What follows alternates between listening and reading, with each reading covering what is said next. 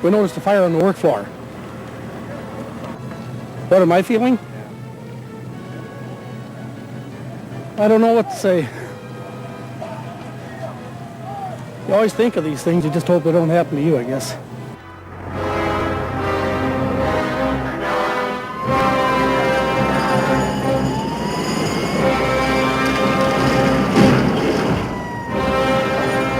I mean, we was lucky we didn't get killed. I mean, hell, if we'd have been 10 feet over there, it blew concrete right out all across the street.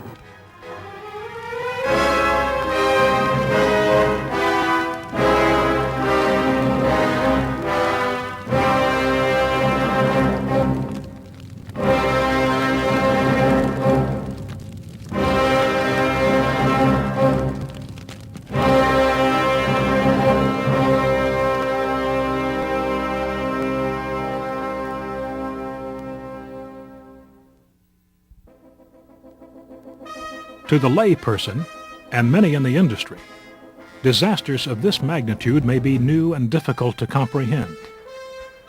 These scenes were taken minutes after 12 explosions rocked a terminal elevator in Corpus Christi, Texas. 32 persons were injured, many seriously, and more importantly, 9 people were killed. On that fateful day several years ago, it was business as usual. It was a Tuesday, a routine day in the off-season. Workers awaiting a shift change were in the yard of the port-side elevator. Others were sacking grain and unloading railroad cars. Business as usual. Then a tremendous series of dust explosions occurred. In fact, the experts say there were as many as 12 of them in 2 minutes. The primary explosion triggered a series of devastating blasts that ripped apart the reinforced concrete storage facility. The fiery blasts traveled vertically and horizontally throughout this 5.5 million bushel concrete elevator and continued throughout the gallery and into the C house and the A house. And when the smoke cleared and all the people were accounted for 5 days later, the consequences of that disaster were finally known. The physical damage amounted to $25 million and 9 people killed, 32 injured. For the industry, the number of insurance claims and settlements were the highest ever, estimated to exceed $100 million. It's hard to believe, but this harmless-looking powder has the power to literally rip apart giant elevators. It chooses its targets without any regard to the type of building or the sex or age of its occupants.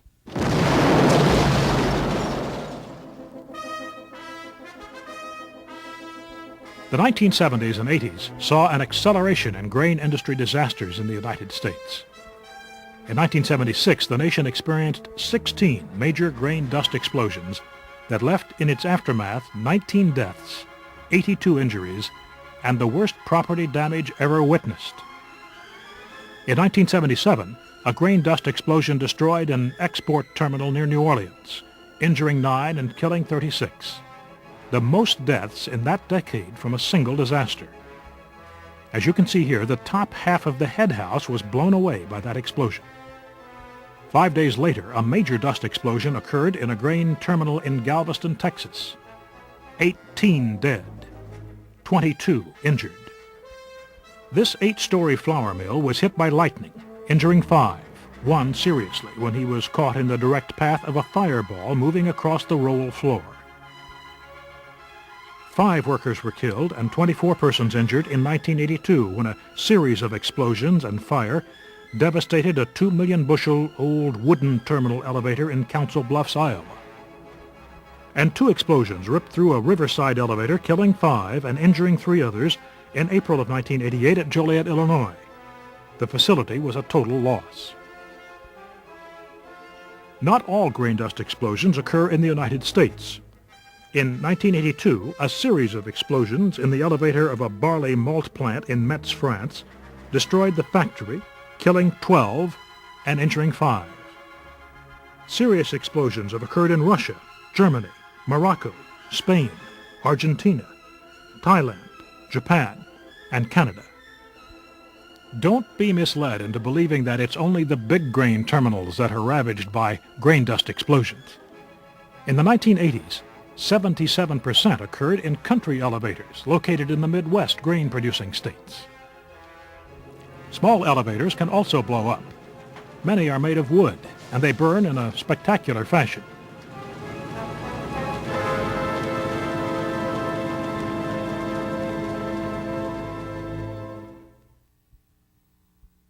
This deadly dust originates at the farm and increases each time grain is handled throughout the marketing system. A majority of the grain storage buildings in the United States are over 20 years old, and that would lead you to believe that that's where most of the problems occur. But some of the worst dust explosions have blown apart relatively new concrete buildings. Because of the way they were constructed in the 1950s and 60s and 70s, the concrete slip-form elevators, feed mills, and flour mills had virtually no venting protection in the way of windows or explosion vent panels. It's hard to believe that this grain dust can cause so much damage. It may not look like it, but under the right conditions, this dust creates far more havoc than dynamite.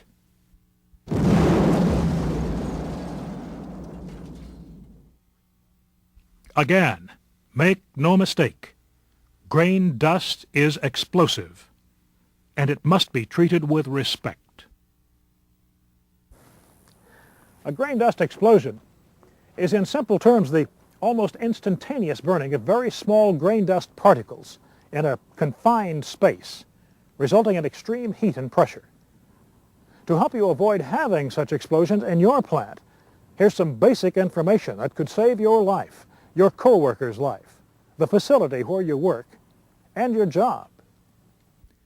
You need 7 things or events to happen at a precise moment to have a grain dust explosion. First, you need oxygen or air. Second, a fuel source. In this case, it's the dust. Third, the dust must be mixed or suspended in the air.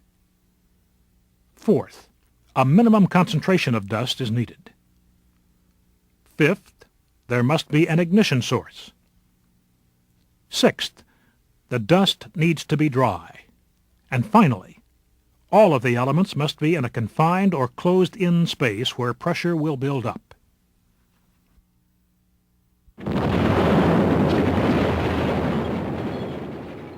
Now, this is important. If you remove any one of these 7 elements or parts, you have just prevented a dust explosion. Now let's simulate a dust explosion, keeping in mind the 7 elements. Dust, which is laying at rest on the floor, on overhead beams, clinging to the walls, and on ledges, could have 4 of the 7 elements.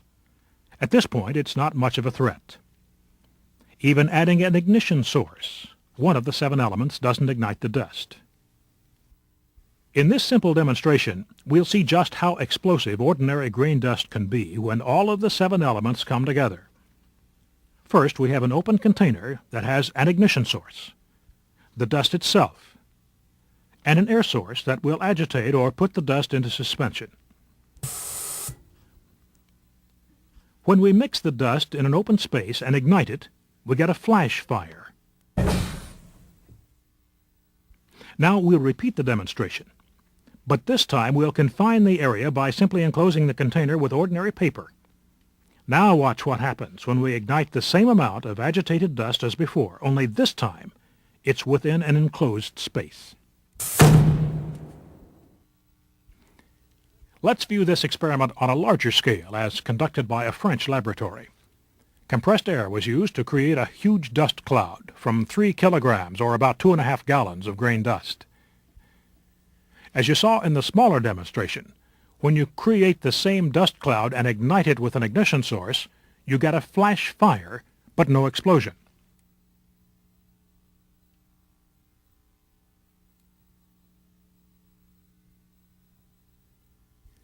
The same amount of dust is again loaded into the chamber, and the openings sealed.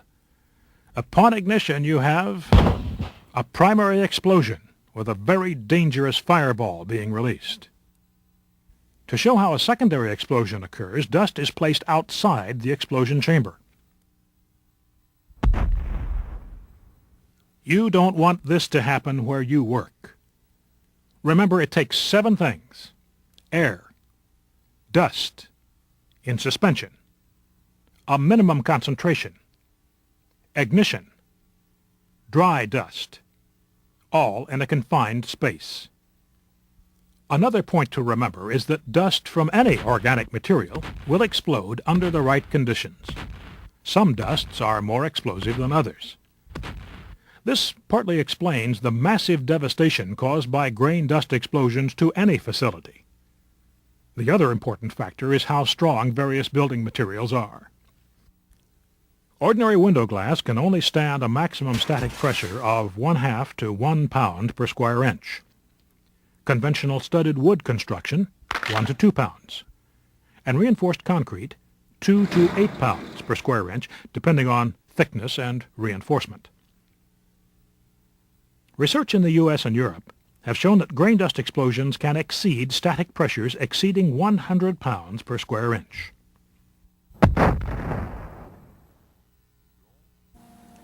As we've said, exceptionally large static pressures can be created by grain dust explosions. But what's really important here is the amount of time it takes to generate that pressure. Dust explosions create an extremely rapid pressure rise, and it's this unusually quick pressure increase which is very difficult to control. The finer or smaller the dust particles, the easier they are to ignite and the faster they burn.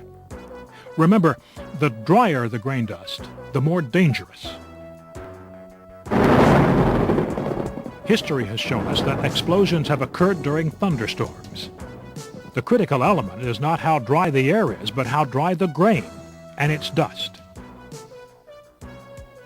A minimum concentration of dust suspended in air is needed for an explosion. The accepted amount is 0.04 ounces, or 1.13 grams per cubic foot.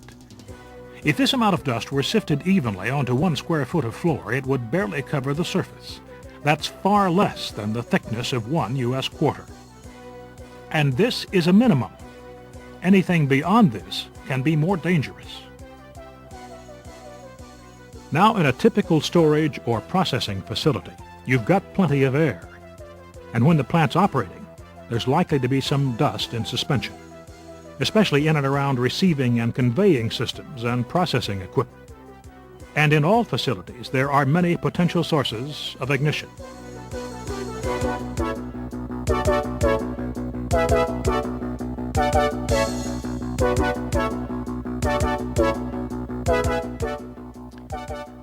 Let me show you graphically why a grain dust explosion is so dangerous, especially the secondary explosions. Suppose you have an ignition source here at the head pulley due to a leg choke and the belt friction caused a fire. The initial explosion shoots fire down the leg. Temperatures can well exceed 2,000 degrees. A tremendous pressure wave is created that ruptures the leg housing. It shakes the surrounding parts or the entire building, and the fine dust particles go into suspension. Now fireballs travel all over in a matter of seconds. The dust-air mixture is exploding in the work areas, in the gallery or Texas house, bins, spouts, tunnels, and receiving areas. Explosions do occur. What's important is that we do everything we can to minimize the injuries, loss of lives, and property damage. Here are some things that management and employees working together can do. Management has to be involved. They have to take leadership in providing training, supervision, and proper safety equipment. Everyone needs to be aware that grain dust is explosive. To prevent the primary explosion, your plant probably has or will have safety equipment such as motion sensors, belt alignment sensors, heat sensors, and magnets.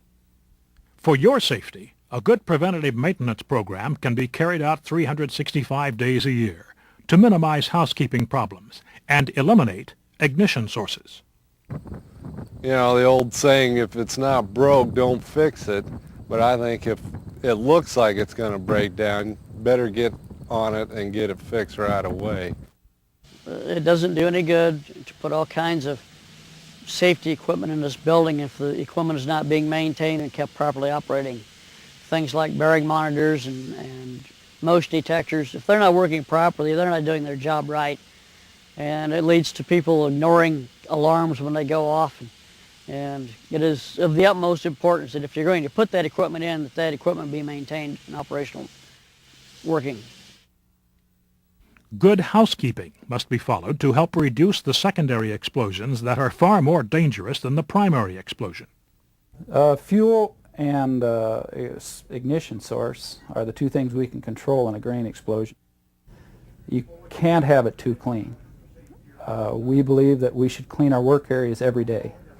You feel comfortable working in a nice clean atmosphere, and it's also a very safe atmosphere. Other steps that have been taken to make a facility a safer and more healthful place to work include moving operating people out and away from the building and automating the elevator operation, controlling the amount of dust in suspension through a pneumatic air collection system, or using oil to treat the grain. Moving the bucket elevator outside because if it explodes, it minimizes the possibility of a secondary explosion or of getting someone hurt. Eliminating the head house, gallery, and tunnel. Using incline belts, enclosed belts, or conveyors. Installing vent panels on outside legs and buildings, and installing explosion suppression devices at high-risk locations. In 1987, OSHA, the U.S. Occupational Safety and Health Administration, issued safety regulations for grain handling facilities. You should become familiar with these regulations and how they apply to your firm. We focus on the grain elevator because both historical data and current statistics show that most of the dust explosions have occurred in grain storage rather than processing facilities. 67% have been in grain elevators, 16% in feed mills, 3% in corn processing plants, 2% in flour mills, and 12% in all others. It's been very difficult to determine where the primary explosion occurred or what the source was in nearly half of the explosions because of the devastation that occurs and the need to rescue personnel, recover bodies, extinguish fires, and salvage grain from further smoke and water damage.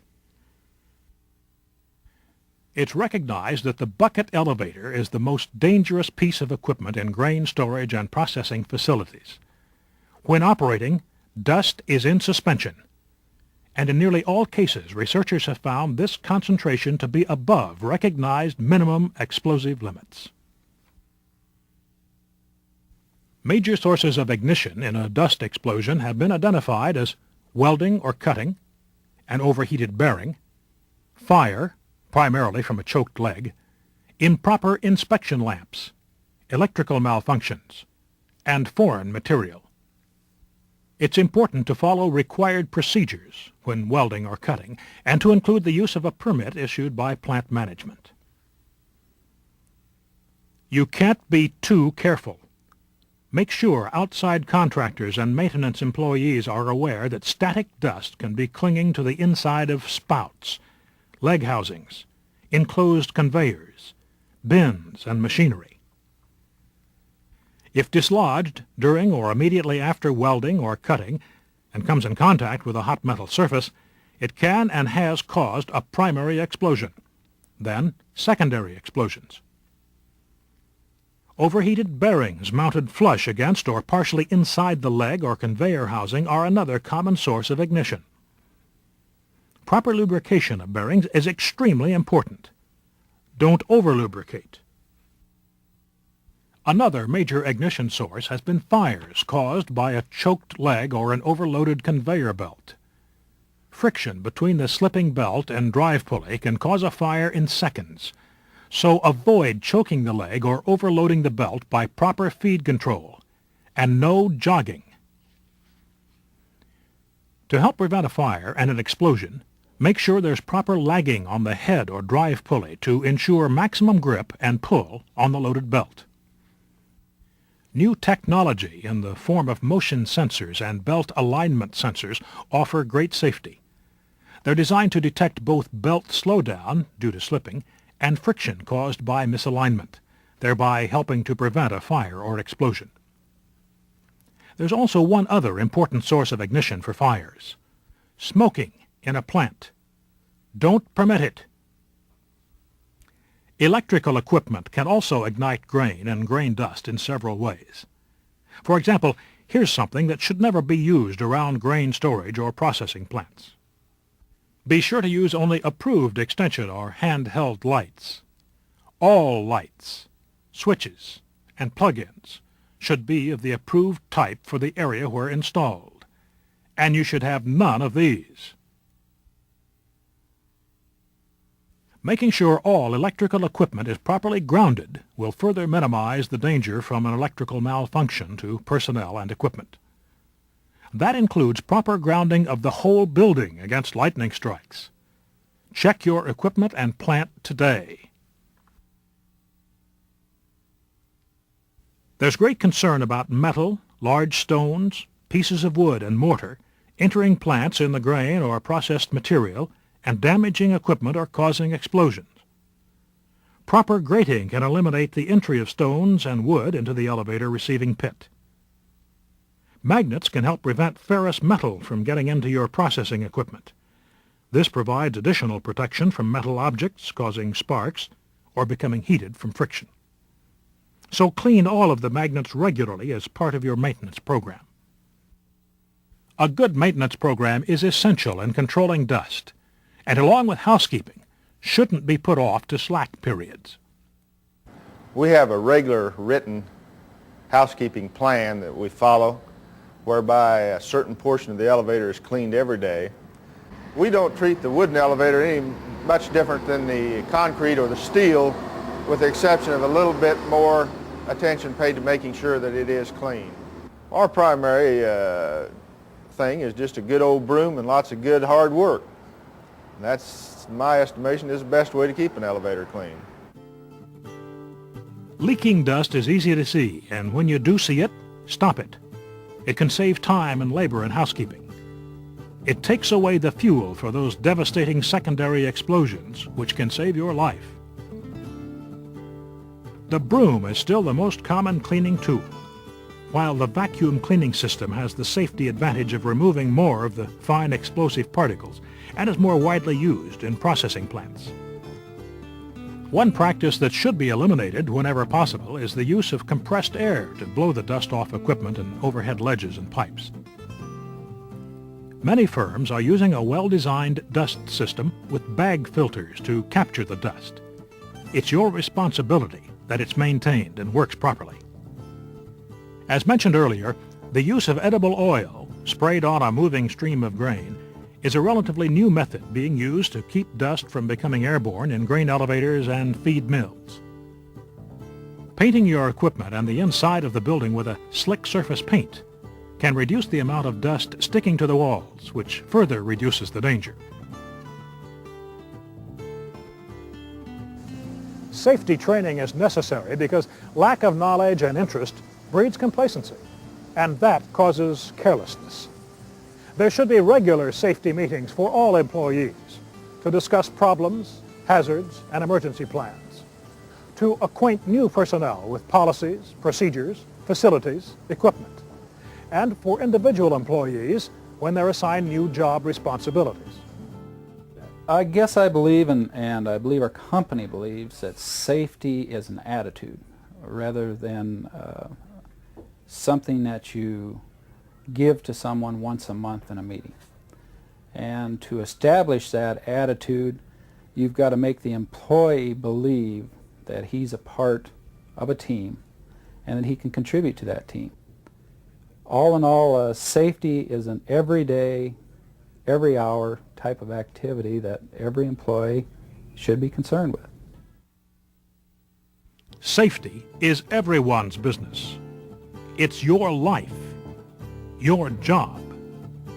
And if you see something wrong, report it immediately to your supervisor. No one is planning on having an accident. However, accidents do happen, and each plant is required to have its own emergency action plan. A simple yet comprehensive plan needs to be developed and written down. Every person in your plant, including the office staff, should have a part in developing the plan. By doing so, each one will be familiar with the plan and find it easier to respond to an emergency situation.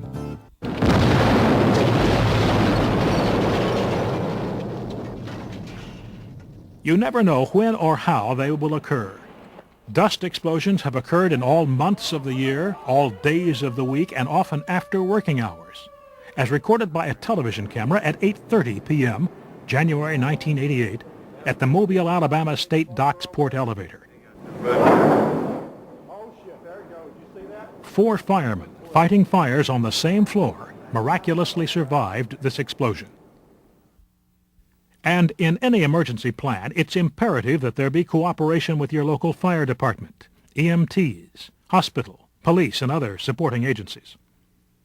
Your plant should have 2 emergency notebooks available at all times with important telephone numbers, personnel rosters, and other pertinent data for the situation at hand. One book should be easily available in the office, and the second kept at the manager's home. A good plan does work. It's really important for every employee to know things about disaster procedures, even the simple little things like where to congregate afterwards so everyone can be accounted for. A person never knows on a given day who is going to be around. And you never know who will have to call the fire department or ambulance. An alternative communications plan is needed since phone service is often knocked out. This could be a CB radio in a truck or a car. We know that we can minimize the likelihood of dust explosions by following recommended safety practices. You can't do much about the air, but you certainly can do something about the dust and ignition sources. We don't want you to become part of scenes like these. It's very difficult when guys that you've worked with for 7-8 years are down in there. You're the one that's got to go get them out. I urge the management, boards of directors, and all employees do everything they can to see to it that things like this never happen again. For more information on safety regulations, codes, advice on equipment, safe operating procedures, and training, use your insurance company loss prevention personnel and sales representatives, national trade associations, your state trade associations, state safety and health departments, or state cooperative extension services. They have all the information and are familiar with current government regulations and National Fire Protection Association codes and standards.